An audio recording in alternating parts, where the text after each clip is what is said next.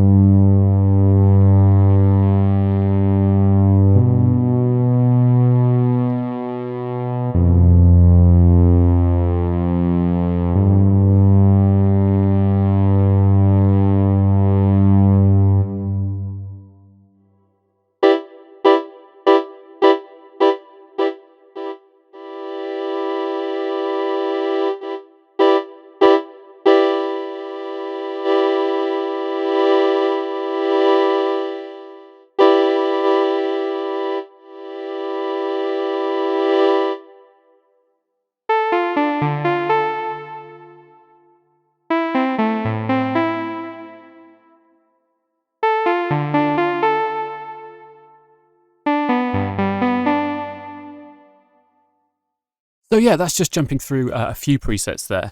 You can see I was controlling some of the things and automating those. I was doing that just using the mod wheel, which can be mapped across multiple parameters, which some of those presets were, which is really nice. It makes it very nice and expressive and evolving. Now I'll hop across to the Solovox, which I also have here. And as the name implies, this is kind of a solo instrument. It's monophonic. You can only play one note at a time.